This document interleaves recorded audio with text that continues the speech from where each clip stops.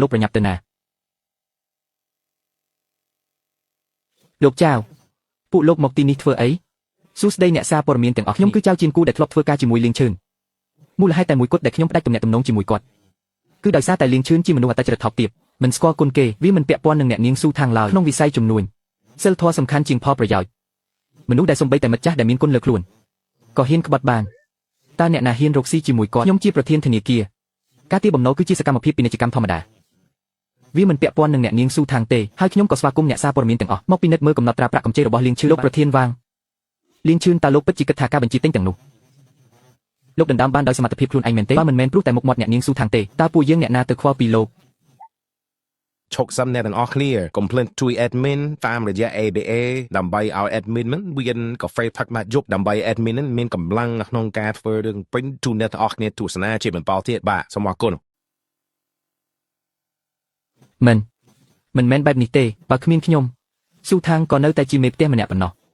ហេតុអ្វីអ្នកទាំងអស់គ្នាជឿជាក់លើគាត់ខ្លាំងម្ល៉េះបើគ្មានស៊ូថាងទេលៀងឈឿនក៏គ្រាន់តែជាបុគ្គលិកធម្មតាតែរកចំណូលបាន 3,000 យន់ក្នុងមួយខែប៉ុណ្ណោះតើលោកមានសិទ្ធិអ្វីមកឈរនៅទីនេះផ្ទះម្នាក់ដែលជិះឡានទំនើបនិងមានអគារការិយាល័យផ្ទាល់ខ្លួនតើអ្នកណាខ្លះមិនចង់ធ្វើការពិតគឺបែបនេះសោះលៀងឈឿនបង្កើតរឿងមិនពិតដើម្បីកេងចំណេញពីមហាជនពួកយើងនឹងបង្ហាញការពិតដល់សាធារណជនឲ្យបានដឹងបណ្ដាញសង្គមមិនមែនជាកន្លែងដែលគ្មានច្បាប់ទម្លាប់ត្រូវតែធ្វើឲ្យគេទទួលខុសត្រូវចំពោះទង្វើរបស់ខ្លួនសូមកុំបារម្ភអីអ្នកនាងស៊ូបានប្តឹងលៀងឈឿនរួចហើយរាល់សកម្មភាពនៅថ្ងៃនេះនឹងក្លាយជាភស្តុតាងដែលមិនអាចប្រកែកបានរបស់លៀងឈឿនអ្នកនាងស៊ូអ្នកពិតជាចង់កំចាត់ខ្ញុំចោលមែនទេយើងជាមិត្តរួមថ្នាក់ចាស់នឹងគ្នាតើមិត្តរួមថ្នាក់អីខ្ញុំជឿថាអ្នកនាងស៊ូប្រហែលជាមិនចង់មានមិត្តរួមថ្នាក់ដែលគ្មានសិលធម៌បែបអ្នកឡើយអ្នកនាងស៊ូខ្ញុំមកយឺតពេលទេមិនយឺតទេមកតាន់ពេលល្មមអ្នកហៅគេមកធ្វើអីគ្រប់កំណត់3ថ្ងៃហើយពិតណាស់គឺមកចុះកិច្ចសន្យាជួលផ្ទះនោះជារបស់ខ្ញុំបើអ្នកយកទៅជួលឲ្យអ្នកដទៃតើក្រុមហ៊ុនខ្ញុំត្រូវទៅដល់ពេលនេះហើយអ្នកនៅគិតចង់បើកក្រុមហ៊ុនទៀតអ្នកគិតថាទៅថ្ងៃមុខនៅមានអ្នកណាចង់សហការជាមួយតើមានបុគ្គលិកណាហ៊ានទៅធ្វើការនៅក្រុមហ៊ុនអ្នកទៀតយកទ្រព្យសម្បត្តិបុគ្គលិកមកធ្វើជារបស់ខ្លួនយ៉ាងហោចណាស់ក៏គ្មាននរណាហានខ្លាចក្រែងថ្ងៃណាមួយគេយកឡានខ្ញុំទៅប្រើប្រាស់តើខ្ញុំត្រូវទៅរកយុទ្ធធននៃណាគេមើលឃើញតែឡានទំនើបទេឡានមួយទឹកតម្លៃ 20,000 យន់របស់គេមិនចាប់អារម្មណ៍ទេពួកអ្នកជប់និយាយរឿងឥតប្រយោជន៍ទៅលុយ3លាន5សែនយន់ខ្ញុំជួហូបានត្រៀមរួចរាល់ហើយថ្ងៃនេះនៅចំពោះមុខមនុស្សជាច្រើនយើងនឹងចុះកិច្ចសន្យាជួលជាផ្លូវការចំណែកឯអ្នកវិញកំណត់ឲ្យអ្នករើរបស់របរចេញពីក្រុមហ៊ុនឲ្យអស់ក្នុងថ្ងៃនេះបើមិនសុខចិត្តអ្នកអាចទៅប្តឹងប៉ូលីសបានប្តឹងក៏គ្មានប្រយោជន៍ដែររឿងនេះបានដាក់ពាក្យបណ្តឹងនៅប៉ុស្តិ៍ប៉ូលីសតាំងពី3ថ្ងៃមុនមកម្ល៉េះពួកអ្នកបើគេយកផ្ទះទៅវិញក្រុមហ៊ុនខ្ញុំពិតជាចប់ហើយខ្ញុំសុំទោសអ្នករឿងកន្លងមកខ្ញុំខុសហើយខ្ញុំសុំទោសអ្នកឲ្យតែអ្នកព្រមអភ័យទោសអ្នកឲ្យខ្ញុំធ្វើអ្វីក៏ខ្ញុំព្រមដែរយឺតពេលហើយមិនយឺតទេឲ្យតែអ្នកព្រមអភ័យទោសឲ្យខ្ញុំនឹងឲ្យអ្នកធ្វើជាអនុប្រធានក្រុមហ៊ុនទៅថ្ងៃមុខគឺសម្រេចលើអ្នកទាំងអស់ខ្ញុំធ្លាប់ប្រាប់ហើយថាខ្ញុំដូចជាត្រូវឆ្កែខំខ្ញុំនឹងមិនឲ្យវាខំខ្ញុំជាលើកទី2ទៀតទេតុលាការនឹងសម្រេចក្តីឆាប់នេះរងចាំមើលថ្ងៃបិទក្រុមហ៊ុនទៅក្រុមហ៊ុនដែលខ្ញុំខំប្រឹងបង្កើតឡើងដោយញើសឈាមមិនអាចឲ្យគាត់មកបំផ្លាញចោលបែបនេះទេត្រូវហើយគឺគាត់នឹងឯងគឺគាត់ដែលរាយការណ៍ប្តឹងអ្នកហើយក៏ជាគាត់ដែលប្រាំទៅមហាជនមកគៀបសង្កត់អ្នកខ្ញុំមិនពាក់ព័ន្ធទេស៊ូថាងអ្នកជឿខ្ញុំចុះខ្ញុំក៏ត្រូវគាត់បោកបញ្ឆោតដែរលោកលៀងលោកមិនក៏លោកធ្វើបែបនេះខ្ញុំនិយាយខុសត្រង់ណាឡានជារបស់គេចង់បើកយ៉ាងម៉េចក៏បានត្រូវការឲ្យអ្នកមកចង្អុលបង្ហាញមែនមនុស្សថោកទាបប្រុសម្នាក់នេះពិតជាគួរឲ្យខ្ពើមណាស់ដល់ពេលមានរឿងបែកជាទម្លាក់កំហុសលើស្រីបើមិនមែនព្រោះតែអ្នកយល់ព្រមទោះឲ្យគេ10ដងក៏គេមិននៅក្នុងក្រុមហ៊ុនបែបនេះដែរអាពួកអ្នកទាំងអស់គ្នាស្ងាត់មកទៅគឺនាងទេដែលញុះញង់ខ្ញុំលៀងឈឿនលោកពិតជាគ្មានកិច្ចខ្មាស់មែនគឺលោកដែលប្រាប់ខ្ញុំឲ្យខ្ញុំតាមដានអ្នកដែលមិនធ្វើការតាមច្បាប់លោកថែមទាំងសរសើរខ្ញុំទៀតឥឡូវលោកបែរជាទម្លាក់កំហុសមកលើខ្ញុំទាំងអស់ស៊ូថាងយើងជាមិត្តរួមថ្នាក់ចាស់នឹងគ្នាសូមអ្នកដោះលែងខ្ញុំទៅខ្ញុំនឹងបញ្ឈប់គាត់ពីការងារភ្លាមតើបានទេលៀងឈឿនសំបីតែការទទួលខុសត្រូវបន្តិចបន្តួចក៏លោកគ្មានដែរពិតជាគួរឲ្យខ្ពើមណាស់ប៉ុន្មានឆ្នាំមកនេះខ្ញុំពិតជាមើលមនុស្សខុសមែនឈប់សំអ្នកទាំងអស់គ្នា complaint ជួយ admin តាមរយៈ ABA ដើម្បីឲ្យ admin មិនមានកាហ្វេផឹកមកយប់ដើម្បី admin នឹងមានកម្លាំងក្នុងការធ្វើរឿង print ជូនអ្នកទាំងអស់គ្នាទស្សនាជាបន្តទៀតបាទសូមអរគុណមិនមែនបែបនោះទេលីនយឺឥឡូវមើលឲ្យច្បាស់ទៅនេះហើយជាមនុស្សដែលអ្នកខំប្រឹងតាមជាមនុស្សដែលអ្នកចង់បង្ហាញសមត្ថភាពឲ្យគាត់ឃើញបងប្អូនអ្នកសារព័ត៌មានទាំងអស់គ្នារឿងរ៉ាវទាំងអស់ការពិតគឺគ្រប់គ្នាបានដឹងច្បាស់ហើយខ្ញុំសង្ឃឹមថាអ្នកទាំងអស់គ្នានឹងចុះផ្សាយតាមការពិតដើម្បីផ្ដល់យុត្តិធម៌ឲ្យខ្ញុំចំណែករឿងបន្ទាប់ពីនេះខ្ញុំនឹងប្រកល់ឲ្យមេធាវីរបស់ខ្ញុំជាអ្នកដោះស្រាយអ្នកនាងស៊ូកុំបារម្ភអីពួកយើងនឹងចុះផ្សាយតាមការពិតឲ្យមនុស្សអាក្រក់ទទួលបានផលកម្មរបស់គេជំរាបសួរលោកម្ចាស់ទាំងអស់លោកនាយកធនាគារអរគុណដែលបានចំណាយពេលមកយើងទៅវិញចុះស៊ូថាងកុំតន់ទៅអីសូមផ្ដល់ឱកាសឲ្យខ្ញុំម្ដងទៀតលោកលៀង ម៉ោង 3 រសៀលនេះខ្ញុំនឹងមកយកទីតាំងនេះវិញបើអ្នកមិនទាន់រើចេញទេកុំបន្ទោសខ្ញុំថាគ្មានមេត្តាទេខ្ញុំមិនអាចគ្មានក្រុមហ៊ុនបានទេស៊ូថាងនិយាយត្រូវផ្លូវដែលខ្ញុំដើរមកនេះវាខុសតាំងពីដើមខ្ញុំតែងតែបោកបញ្ឆោតអ្នកខ្ញុំមិនគួរមានចិត្តអំនួតបែបនេះទេឈប់សិនទាំងអស់នេះគឺព្រោះតែអ្នកបើមិនមែនព្រោះតែភាពឆ្លាតវៃហួសក្រុមហ៊ុនខ្ញុំក៏មិនធ្លាក់ដល់កម្រិតនេះដែរខ្ញុំមិនបានធ្វើអ្វីផងតើអ្នកនិយាយអីមែនហើយគឺខ្ញុំដែលឆ្លាតវៃហួសហេតុពេកបើមិនអញ្ចឹងទេមិនក៏ខ្ញុំស្ដាប់សម្ដីអ្នកហើយទៅប្តឹងផ្ដោស៊ូថាងទៅវិញឲ្យស្ដាយដែលខ្ញុំមិនស្ដាប់សម្ដីស៊ូថាងទើបធ្លាក់ខ្លួនដល់សពថ្ងៃនេះទាំងអស់នេះគឺខ្ញុំរកខ្លួនឯងទេពួកអ្នកកំពុងធ្វើស្អីហ្នឹងអ្នកណាឲ្យពួកអ្នករើអីវ៉ាន់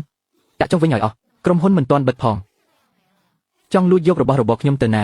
ឯងហ៊ាននិយាយជាមួយខ្ញុំបែបនេះមែនទេនិយាយបែបនេះហើយមិនដែរ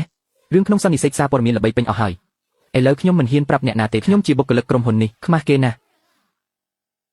អ្នកដឹងទេថាគេនិយាយពីក្រុមហ៊ុនយើងយ៉ាងម៉េចខ្លះក្រុមហ៊ុនពូកែមើលគុណជាកន្លែងបណ្ដុះបណ្ដាលមនុស្សអត់គុណធម៌ខ្ញុំទើបតែទទួលបានការងារថ្មីគេឲ្យទៅធ្វើតែពេលគេឃើញព័ត៌មានគេក៏លុបចោលវិញភ្លាមលោកលៀងជីវិតខ្ញុំត្រូវលោកបំផ្លាញអស់ហើយកុំខាត់ពេលនិយាយជាមួយគាត់យើងទៅវិញចុះពួកអ្នកមិនអាចទៅបានទេមិនក៏បែបនេះលោកលៀងដល់ពេលហើយអូលោកលៀងចេញទៅកុំឲ្យយកខ្វក់កន្លែងខ្ញុំនេះជាក្រុមហ៊ុនរបស់ខ្ញុំអ្នកមិនអាចធ្វើបែបនេះបានទេនេះជាក្រុមហ៊ុនរបស់ខ្ញុំ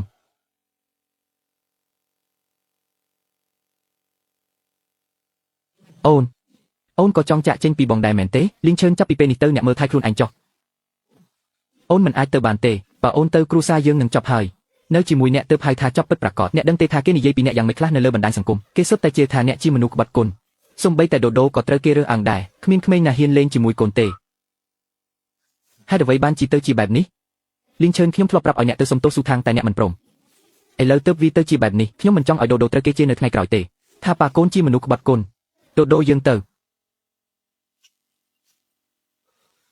តើខ្ញុំពិតជាខុសមែនទេ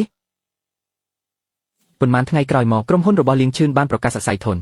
ចំណែកក្រុមហ៊ុនថ្មីដែលខ្ញុំសហការជាមួយលោកចៅក៏បានបង្កើតឡើងជាផ្លូវលើកនេះខ្ញុំមិនធ្វើជាអ្នកនៅពីក្រោយទៀតទេគឺខ្ញុំនឹងឈរនៅកណ្ដាលពន្លឺដើម្បីធ្វើជាម្ចាស់ការលើខ្លួនឯង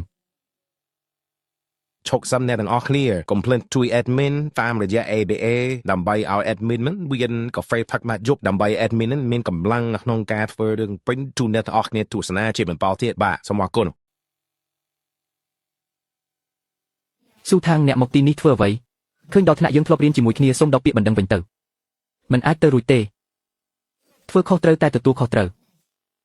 ឥឡូវខ្ញុំគ្មានសល់អ្វីទៀតទេផ្ទះនឹងឡានក៏ត្រូវគេដកហូតអស់ហើយថែមទាំងជំពាក់បំណុលបើអ្នកនៅតែប្តឹងទៀតខ្ញុំប្រកាសជាជាប់គុកមិនខានលីងឈឿនពេលដែលអ្នកគៀបសង្កត់ខ្ញុំឲ្យសង្លុយ 128,000 យ៉ននោះអ្នកធ្លាប់គិតដល់ថ្ងៃនេះទេវាជាកំហុសរបស់ខ្ញុំដែលងឹតមុខខ្ញុំច្រណែនអ្នកច្រណែនដែលអ្នកមានលុយច្រណែនដែលអ្នកមានសមត្ថភាពច្រណែនដែលគ្រប់គ្នាក្នុងក្រុមហ៊ុនស្ដាប់តែអ្នកខ្ញុំចង់បង្ហាញថាខ្ញុំជាថៅកែខ្ញុំចង់ឈ្នះអ្នក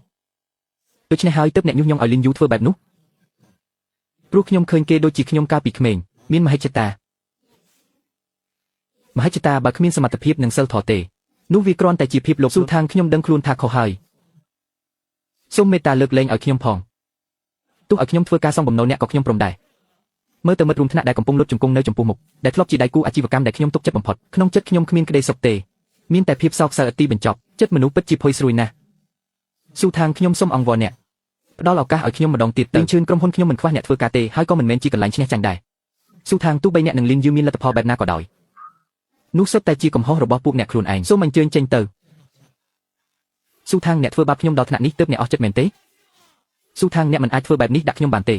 យើងធ្លាប់ជាមិត្តរួមថ្នាក់ដ៏ល្អនឹងគ្នាលោកស្រីស៊ូខ្ញុំខុសហើយខ្ញុំពិតជាមិនដឹងអីសោះខ្ញុំធ្លាប់ណែនាំផ្លូវល្អឲ្យអ្នកតែអ្នកបែរជាគិតថាខ្ញុំកំពុងតែប្រដៅអ្នកខ្ញុំត្រូវហើយប៉ុន្តែផ្លូវដែលអ្នកដើរវាខុសឆ្គងខ្ញុំសូមផ្ដល់ដំបូន្មានមួយចូលចាក់ចេញពីក្រុមហ៊ុននេះទៅចាប់ផ្ដើមធ្វើជាបុគ្គលិកធម្មតាម្ដងទៀតរៀនសូត្រយកជំនាញពិតប្រាកដអ្នកនៅក្មេងនៅឡើយត្រឡប់ខ្លួនពេលនេះនៅទាន់ពេលខ្ញុំខំប្រឹងរហូតមកដល់ថ្ងៃនេះឲ្យខ្ញុំត្រឡប់ទៅធ្វើជាបុគ្គលិកតូចតាចវិញខ្ញុំនិយាយតែប៉ុណ្្នឹងទេចំណែកការសម្រេចចិត្តជារឿងរបស់អ្នកអាចទៅបានហើយលោកស្រីលូខ្ញុំសុំទោសខ្ញុំមិនគួរមិនស្ដាប់សម្ដីអ្នកទេវាហួសពេលហើយលោកស្រីស៊ូខ្ញុំនៅក្មេងនៅឡើយសូមកុំបំផ្លាញអនាគតបើបរិហាកេកនេះចប់មែនខ្ញុំនឹងមានប្រវត្តិមិនល្អតើទៅថ្ងៃមុខខ្ញុំរកការងារធ្វើដោយរបៀបណាអ្នកគិតថាអ្នកអយុត្តិធម៌មែនទេ អ្នកគ្រាន់តែបាត់បង់ការងារមួយនិងមានប្រវត្តិទោសទណ្ឌខ្ញុំស្ទើរតែបាត់បង់កិត្តិយសទៅហើយមេរៀននេះទូមានលុយ128,000សង្ឃឹមថាអ្នកនឹងចងចាំវាឲ្យច្បាស់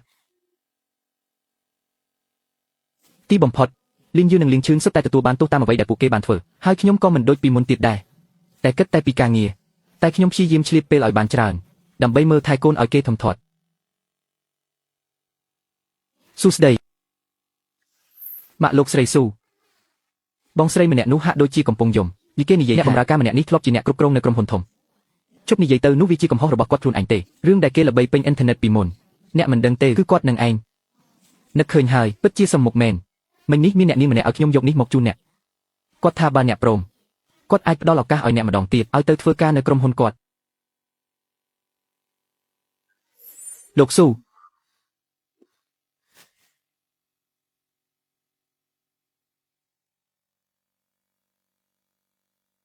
ម៉ាក់ពូកំសត់ណាស់លៀងឈឿនម៉ាក់ពូគាត់កាត់អីទៅ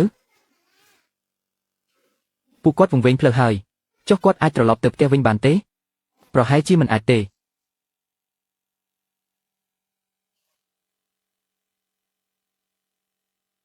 70បរោះគឺជាជំរើសមួយប៉ុន្តែវាមិនមែនជាកាត់ប្រកិច្ចជាពិសេសចំពោះមនុស្សដែលមិនចេះដឹងគុណប្រសិនបើខ្ញុំគ្មានសមត្ថភាពតបត់ប្រហែលជាអ្នកដែលកំពុងរើសសម្រាមនៅក្រោមស្ពានថ្ងៃនេះគឺជារូបខ្ញុំហើយនួនកូនត្រូវចាំឲ្យច្បាស់ចង្កូតជីវិតត្រូវតែស្ថិតនៅក្នុងដៃកូនជានិច្ច